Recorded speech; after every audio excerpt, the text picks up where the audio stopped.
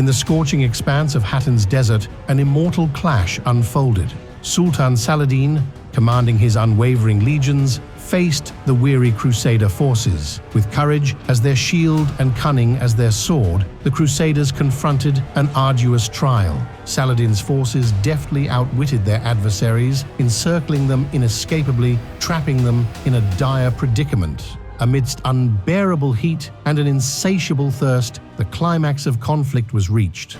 Saladin's valorous troops emerged triumphant, capturing not just victory, but the esteemed Crusader leader and King Guy of Jerusalem.